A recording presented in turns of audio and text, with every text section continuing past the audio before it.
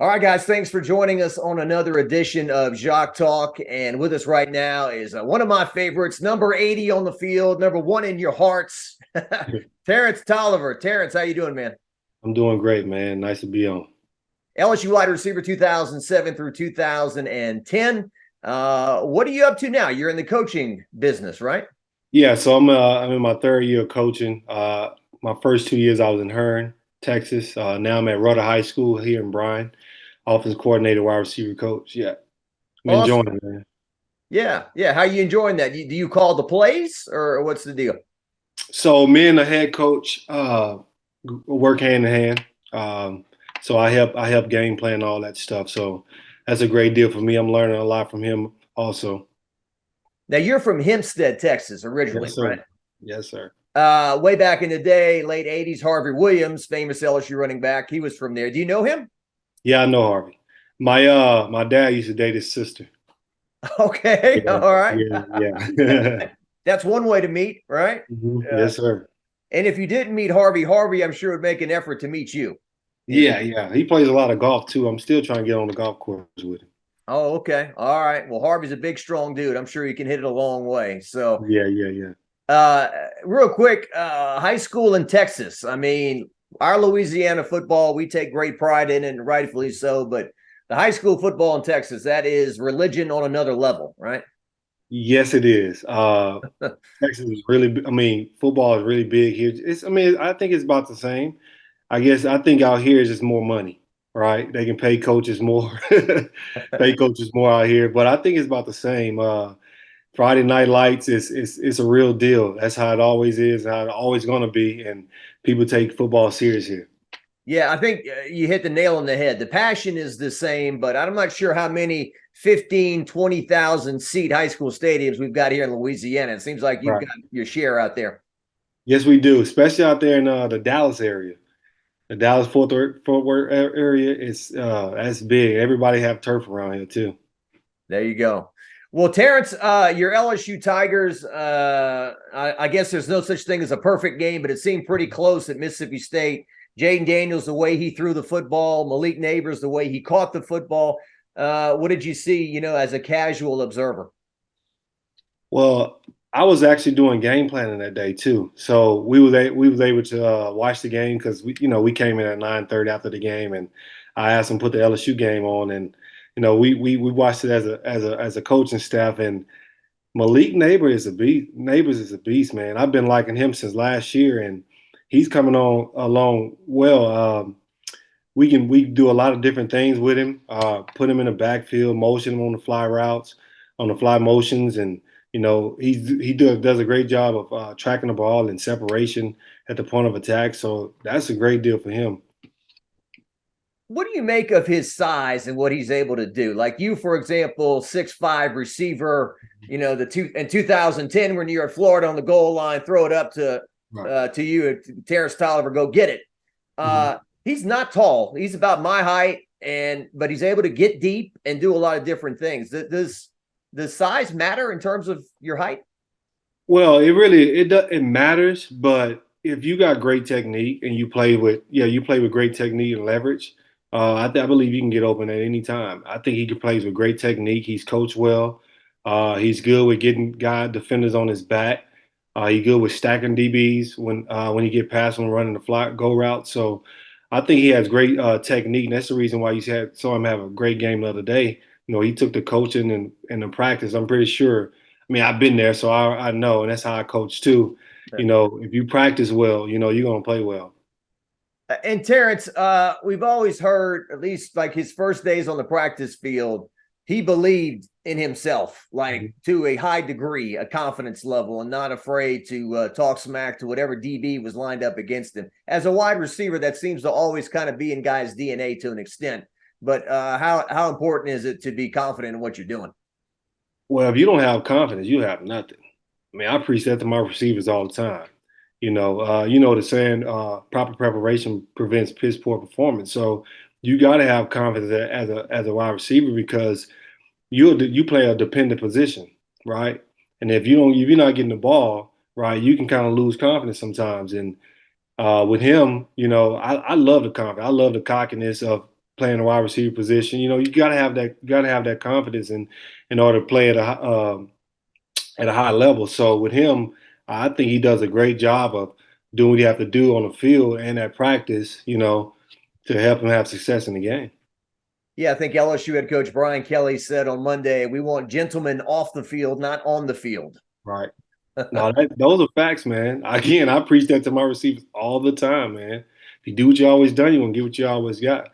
So you got to prepare hard, man, and practice hard. Brian Thomas, maybe more your size, taller guy, really good in the intermediate passing game, strong. What do you see out of his game? Yeah, he is big, man. I think he runs decent routes. I think he can get better running his routes and creating separation.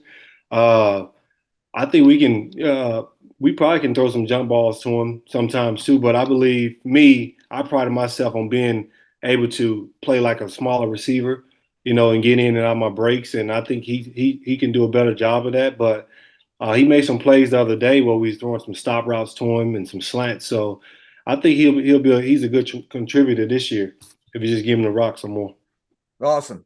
And Chris Hilton, he's like the speed guy, right? Like go deep, but he wants to be more than that. He wants to be the complete package. And we saw him catching the ball across the middle and taking some big shots. What dimension do you think he brings to them? He's fast. He's a smaller guy, but I believe I was always taught, the more you can do, the better, right? If you can play outside, you can play inside. The more position you know, the better. And as the season goes on, I believe that he can contribute more. I don't know much about him right now, but I believe he can contribute more. He's 17, correct? Number 17? Right. Yes. I believe he can contribute more this year, you know, just doing what we got to do and preparing the best way he can. Yeah, he's been injured his first 2 years, so you haven't seen a whole lot of him. Jaden Daniels, the quarterback, he's in his 5th year.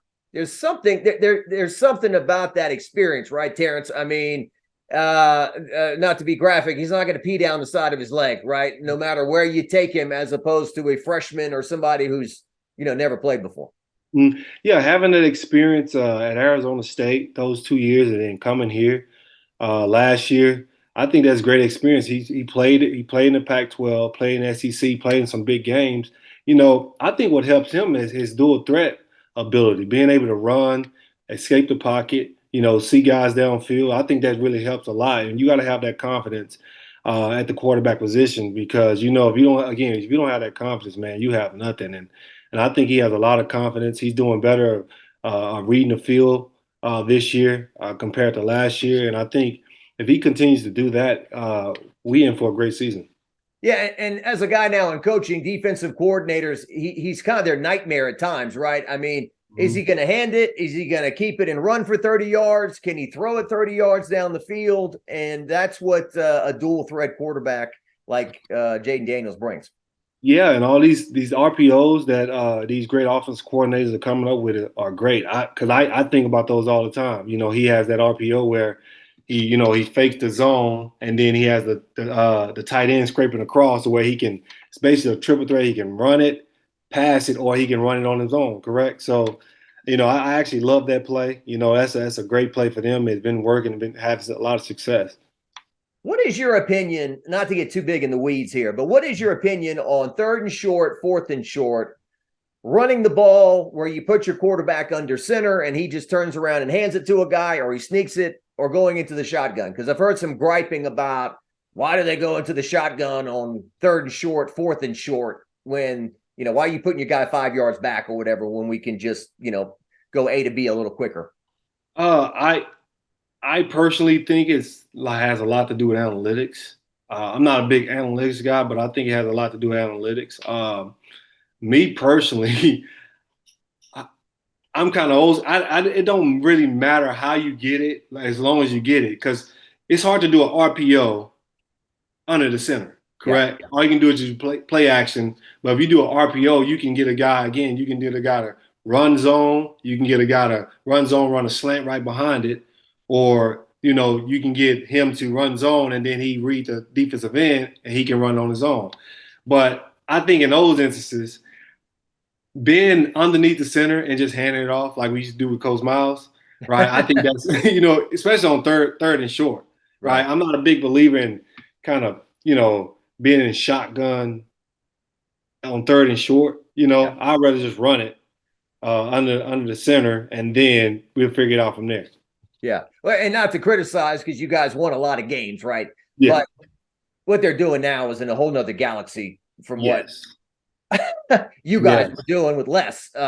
In 07, you guys with the Gary Wizard, Gary Crowley. Crowder. Yeah, y'all were doing some more creative stuff, but Yeah. 2009, 2010, it seemed to be a bit more simplified. And here we come and hat on a hat, and we're gonna, bang heads and get that yard. Yeah, that's kind of because we had, Perilou got kicked off the team and we had a veteran team, but we didn't have veteran quarterbacks, So I think that was one of the issues for us. We had young quarterbacks, so we wanted to kind of let the defense play great defense and run the ball. It wasn't. I didn't like it that much, because I wanted to get the ball too, but we had a lot of success at that. Yeah. That's just the difference now. I mean, Les would never have gone into a shotgun on a 4th and inches, right? I mean, Stephen Ridley coming in the game, your freshman year, obviously with this guy, where is he at? Hester back here. Yeah, Jake. So do it that way. A couple more things before we talk about your days. Just your overall feel on the team. The first game of the year was a close game. LSU led it half, and then it went off the rails, and it was a dud and a bad way to start. But we look at the SEC West. We think Alabama's got weaknesses. We think everyone's got weaknesses. Nobody's really standing out. LSU, if they get hot, can run the table and go to the SEC championship. Yeah, I'm a big guy on. I'm big on. It's not how you start; it's how you finish, right? We started off well in that game, and then for some odd reason, it just fell by the wayside. But the last 2 weeks have been great for us. Just got to build that camaraderie, right? We got to build that leadership and that trust between the teams, right? And again, it's not about how you start; it's how you finish. And I believe that with Alabama not being that great right now, they having issues at quarterback position.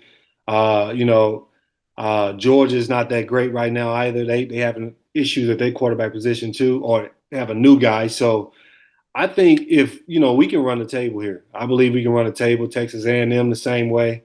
Again, you can see it in the NFL too. The offenses are way behind the defenses right now. And it's you can just see that right now. I'm not sure what's going on, but I think we'll be able to pick that up, man, and just stay. If we just stay together, man, as a team and trust one another, we'll be okay.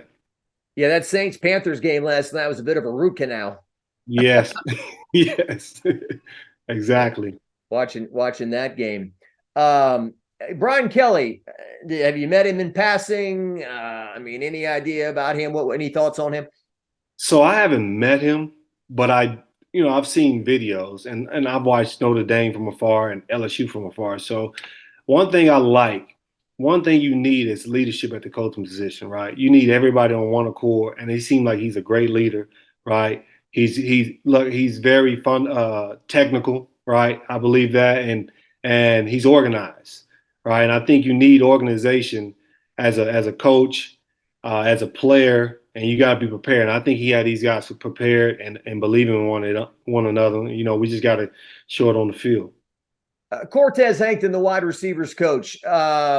The guys that I talked to, those wide receivers we talked about, Chris Hilton, Brian Thomas. I don't know about Malik, but their parents told me that they met Cortez Hankton when he was at Georgia, and they all liked him a lot. And so it was kind of like a blessing that he ended up at LSU coaching wide receivers. You know anything about him? I don't. I just know that he coached at Georgia and he played in the NFL, right? And I think that's one thing, you can't get away from, right? A guy who has experience, okay? So, and I tell my players all the time, I'm not telling you what I heard, I tell you what I know, all right? So I believe in having coaches who have the experience at their position, because they know the ins and out of the position. They know certain techniques you need to use, and against cover two releases and man releases and all that stuff. So again, I never met him, right? But I know a guy who does recruiting stuff, knows him, but I think he's a great guy from afar, and he's doing a great job with the receivers. Well, let's go back to your playing days. 2007. So you're a true freshman on a national championship winning team. It was a wild and crazy ride, right? You lose the Arkansas game in the regular season finale. It appears your hopes are dashed, and then all the planets align, and you get into the championship game. Take me back to 07 and your memories of that team. Man, I was actually just talking to my players about that because, we was on a losing streak. We lost the first two games, and I brought my national championship rings to practice.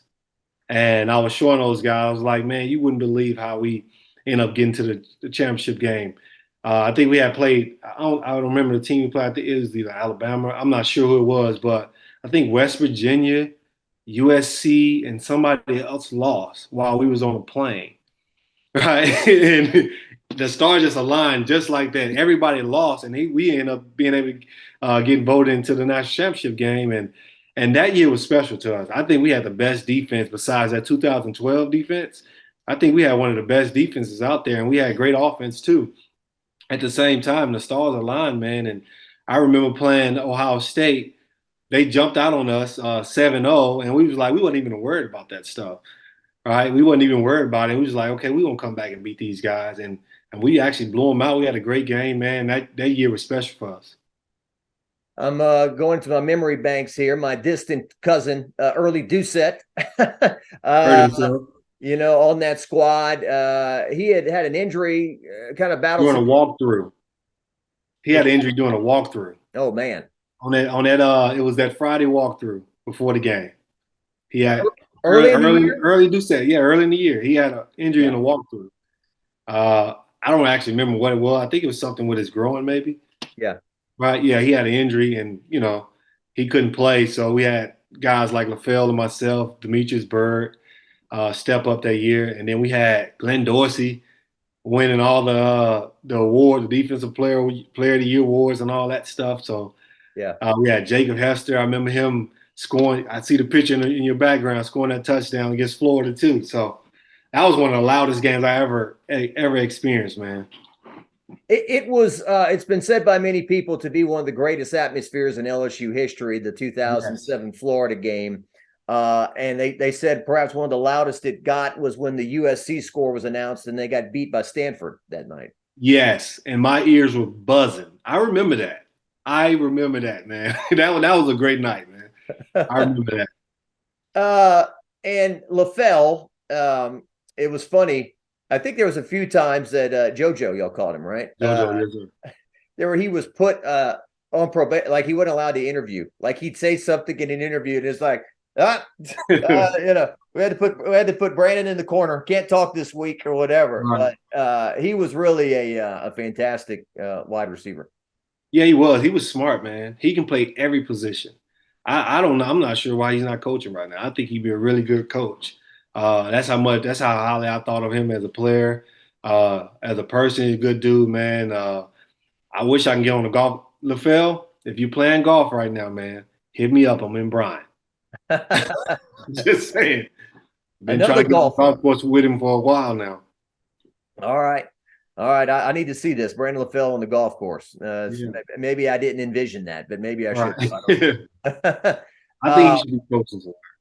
What's that? I think he should be coaching somewhere. He's a smart player. I thought he'd be a really good coach. Okay. Well, I'm going to shoot him a text today. I haven't shot him a text in a while, but I'm going to say that. Tell him I said that. Terrence Toliver, great coach in Texas, say you need to get into coaching. So I'll see what and he's a Houston guy, right? Him and Joe Adai, and they were all from that, that Houston area.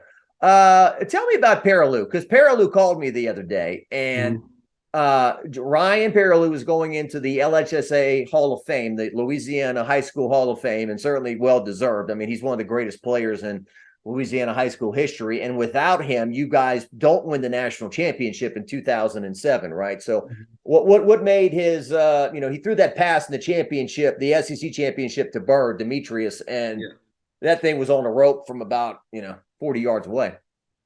Yeah, I'll tell you the first time I met Perilou. The dude It was my freshman year. I remember at WCA, right? I remember it was his he came to me and asked me to catch some balls for him right outside of WCA. He was very confident, right? He was very confident. Apparently, was a confident dude. He was funny, right? He asked me to catch some balls with him. He was throwing it hard. How did that look sexy, don't it? Like, he used to say stuff like that. It looked good, don't it, T? It looked sexy, don't it, right? Throwing the ball to Spiral and all that stuff. He was so funny, man.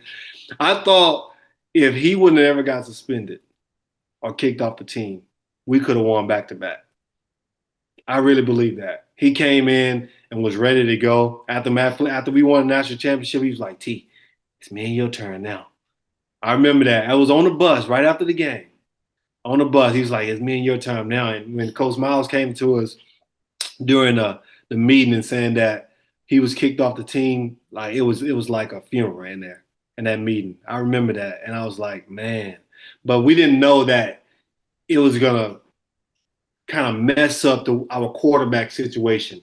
We having to play so many guys at that time, right? That wasn't ready. So I believe that if he wasn't suspended, I think we could have won back-to-back championships that year. Yeah. No judgment. You try not to judge others, right? Because we all got our own problems. But I've talked to Parallel a couple of times, and I'm like, Ryan, you were handed the keys to a Ferrari. You're going to have Demetrius Byrd, Terrence Toliver, Brandon LaFell, Charles Scott in the backfield, Richard Dixon at tight end, man. Yeah. And you would have been the quarterback of the defending national champions. There was no competition. Maybe that was the problem. I don't know. But he just couldn't show up for meetings and couldn't do what he was supposed to do, and they had to boot him. Well, I'll say this, right? We all make mistakes, right? And again, I tell my players this all the time, right? You just can't let that one mistake, right, shape you into into what kind of man you're going to be, right? Again, I always preach, if you do what you always done, you can get what you always got, right? And I believe in not doing the same over and over, doing the same mistake twice. So I believe it's just a maturation process. He was young. I think he matured now. He understands the mistake he made. And I'm sure he regrets it, but, you can't regret it after you won a championship. You played at Jacksonville State, and then you went to the league. Now I believe he's coaching now, right? He's been doing some coaching, working with some people, and he was on the practice squad when the Giants won in 2011, so he has a Super Bowl ring also, and he graduated from college too. Right, so you still can be successful after making those mistakes, but I know he can have those moments back. But hey, man, you got a championship, you got a championship at LSU, you got a championship in the league, so there's no need to live with regrets.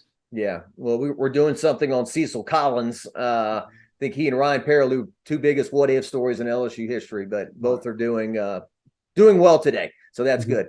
So yeah, in 2008, look, I love Jarrett Lee, but he just wasn't ready, right? I mean, threw for a lot of yards, and the offense was productive at times, but the pick sixes and the interceptions were what kind of held that team back, and a defense that had dual coordinators that year. It was a 5-loss season and just didn't work out. Yeah, that was a tough season. Again, Jerry was young, so that'll happen to any young quarterback who's getting thrusted into that position. Again, that dual defensive coordinator position, I thought it was okay, and then it wasn't. Yeah, then it wasn't. But I thought we kind of it was a disappointment that year because we still had a lot of. We had Tyson Jackson. We had. I think we had got Patrick Peterson that year too. The year after, we still had LaFell. We still had myself, Demetrius Byrd. I think that was a big letdown for us that year because I thought we could have went back to back. In 2009, so you make this long trip for a season opener at Washington, and it's funny because Scott Woodward, who is now LSU's athletic director, he was the AD at Washington at that time. I interviewed him before the game, and they had just hired Steve Sarkisian. That was his first game as the head coach at Washington. Of course, Sarkisian doing pretty well at Texas now, beat Alabama the other day. But that was one of your better games as a Tiger. Let's see, 4 catches, 117 yards, and 2 touchdowns against Washington out on the West Coast. Yeah, I thought I had a great offseason that year. I was coming into my own. I was older. I learned the playbook a little bit better. Or I learned how to study the playbook better, and I thought that was going to be one of my great. That was actually one of my best season that year too. And I had a great off season, had a great spring, great training camp, and I thought that was a great game. I was prepared for that game, and Jordan Jefferson played that game. He started, and we had a great game out there. We was very we was very prepared for that game, and I was ready to go, man. Jacob Catrera picked 6 at linebacker spot. It was always funny listening to Coach Miles try to pronounce his name. I think he called him 5 different things. Jacob Catrera, Jacob Catrera, Mm-hmm. So and later that year, so that Ole Miss game in 2009, like you entered the twilight zone. And I've talked to you about it before, and there's a shot of you after the game. I think you got your helmet off and you just standing there like, what just happened? Right. So clock debacle, can't get the ball snapped at the end. I mean, was it just all a nightmare? What was it? We had a problem with the clock all year long. Right. That year we had a problem with the clock. And what happened was we threw a Hail Mary and I caught it way down at the end. And I think Coach Miles was saying, clock it, or timeout. I don't remember, but it was like clock it. And we couldn't get it off, right? I think Jordan snapped it and, we didn't have enough time, right? And that was I guess they were surprised that I caught the ball. I don't know if they was expecting me to catch it, but I caught it and, it was a big surprise. And that was a big letdown too, man. Yeah. Well, the problem, you can't clock it when there's 1 second on the clock. Right. No, you need at least 2 or 5. I don't think we had timeouts either. No, you're not sure but I think Coach Miles was calling a timeout and somebody was saying clock it. I don't remember. You can actually see that. I think it's a video where it's saying clock it or calling timeout or something. But man, that was a big letdown too, man. Well, and then funny. So 2010, this Tennessee game. Yes. Same kind of thing. You won this time, kind of manna from heaven. But they bring Jarrett Lee in. He threw it to you on 4th and long. Yes. On the final on an over route. Right. On an over route. Yes, sir. So you get that. Yeah. Yeah. I mean, but so you get down there and it's like guys running on the field, guys running off the field. What's going on? And the clock runs out. T-Bob snaps it to midfield. Yeah. Snapped the ball over his head. We like, oh, man, not again. And then comes the show, they got 12 men on the field. Tennessee has 12 men on the field. They was pissed. They were pissed. My head was down. I was like, golly, not again. And then they had 12 men on the field. We go score. I think Stephen really scores. Right. Yeah, Stephen really scores. We kick the field goal, game over. Well, T-Bob was pissed too. He took off his helmet and spiked it. Yeah. Which I guess could have been a penalty, but there was so much chaos going on. I mean, you could have penalized a few people, but and if that game wasn't crazy enough, so the next week you go to Florida. Yes. One of your better games as a Tiger. And late in the game, you fake a field goal. Yes. The holder throws it over his head. The ball bounces like a basketball straight up. And, it's an oval ball, obviously, so the thing could have gone sideways, left, right, whatever. Although some Les Miles defenders at the time told me, oh, well, actually, it's very probable that a football. Okay, whatever. But anyway. Right. And then you get the first down and then Jarrett Lee hits you in the end zone. Your memories of that game, because you had a big game with the slants, right? Yes, I had a very vivid memory of that game. I remember, because I pride myself on one-on-ones, and we knew we was going to get those one-on-ones all night long. I remember Coach Billy Gonzalez, he was the coach at the time. He came in later in the season, well, the season before, during our bowl week, and told us, listen, we're going to have to, as a receiver, going to have to beat one-on-ones. I remember having an interview like that. Everybody was laughing at me because I was saying it. But I knew that we had to beat one-on-ones. And that play, that field goal, that fake field goal, do you remember us running against Mississippi State, right, in 2008 with Colt David? He scored on it too. Not to correct you, the great Terrence Toliver, but it was South Carolina, right? South Carolina, yes, sir. 07. Yes, sir. Matt, 07. Matt Flynn and Colt David. Is that right? Matt Flynn and Cole David. I remember practicing that. We did it all year long, and we waited to that game to do it, and in that critical moment. And yeah, the ball bounced our way. It's crazy how it bounced right to him, and he got the first down. And then we called back-to-back fades. All right, I think we went trips right, and we just said something X fade, right? And I thought they passed interference on the first one. They didn't call it, and then Coach Croton said, "Let's run it again." So we ran it again. Jerry Lee threw me the same kind of ball, and I caught it that time, and that was great, man. That was a great experience for me. People tag me in that game every time we play Florida. Anytime you win in the swamp, yeah. it's a huge win, right? Yeah, it was a great atmosphere there too. Really great atmosphere. I'll tell you, that's one of the most fun places to play. Well, and the students are so close. Like, yeah. I mean, they're literally right behind you. Yeah, it's very intimate, man. They with the gator chops and all that stuff, man. It's very intimate because they're so close. And I love playing there.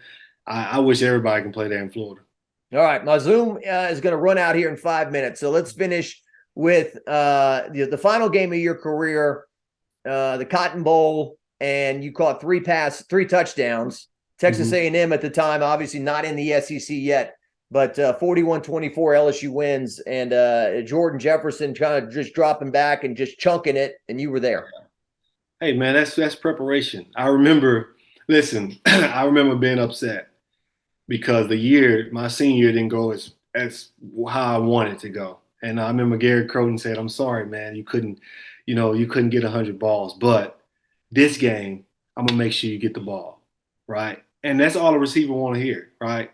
I'm getting the ball and give me some confidence, because that gives you confidence when you know you're gonna get the ball. And so he said, I'm gonna get you the ball this game, right? And I made sure I was prepared for that game. And plus, we was playing back at home. That was my first time playing the state of Texas, so playing in Dallas. So I was like, you know what? I never played a Texas team. I want to go out here and dominate this team. And that's what we did. I still remember the first touchdown. It was it's called Nebraska State Duck. When Jordan rolls out to the outside, I run like an over post. And that was one of the best catches I've ever caught. And Tyrann Mathieu was Tyrann Mathieu was wearing 14. Yes, he was a freshman. Yeah. That was his freshman year. We had a lot of great players, man. You did. Yeah, we had a lot of great players. He picked one where he just like leaped almost backwards and caught it. I believe that was a pick in that game. And I think he dove for it. Yeah, dove. That's right. He dove for it. Yeah, he dove for that ball.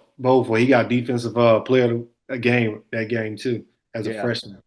So we already knew what he was going to be.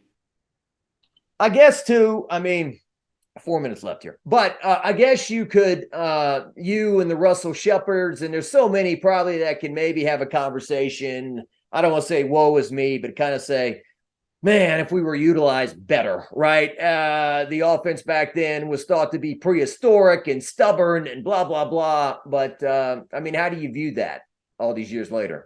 I'm with you. I am with you.